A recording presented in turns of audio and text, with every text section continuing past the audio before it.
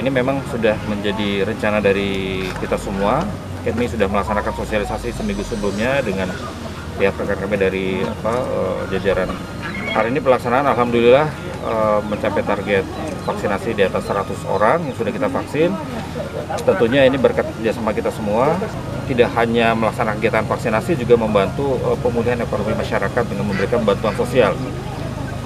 Sekali lagi ini berkat kerjasama antara kami, TNI, Polri, Dinas Kesehatan maupun Pemda setempat. Untuk kegiatan vaksinasi ini merupakan masih rangkaian kegiatan HUT ya, Bang? Baik, betul. Jadi kegiatan vaksinasi khususnya yang ada di Rantau Gedang dan Teluk Rumbia menjadi rangkaian kegiatan HUT TNI ya untuk kegiatan vaksinasi massal. Yang sebelumnya juga kita melaksanakan kegiatan di Gunung Meriah, lokasinya di PT Sofindo, kemudian juga di daerah Singkil Utara. Nah, kebetulan ini menjadi rangkaian kegiatan tersebut di wilayah Singkil, yaitu di Desa Rantau Gedang dan Teluk Rumbia. Tapi selanjutnya juga kami akan melaksanakan, meskipun tidak dalam rangkaian kegiatan HUT, tetap kita akan melaksanakan vaksinasi massal di beberapa daerah, di beberapa desa di Singkil. Demikian. Sampai kapan?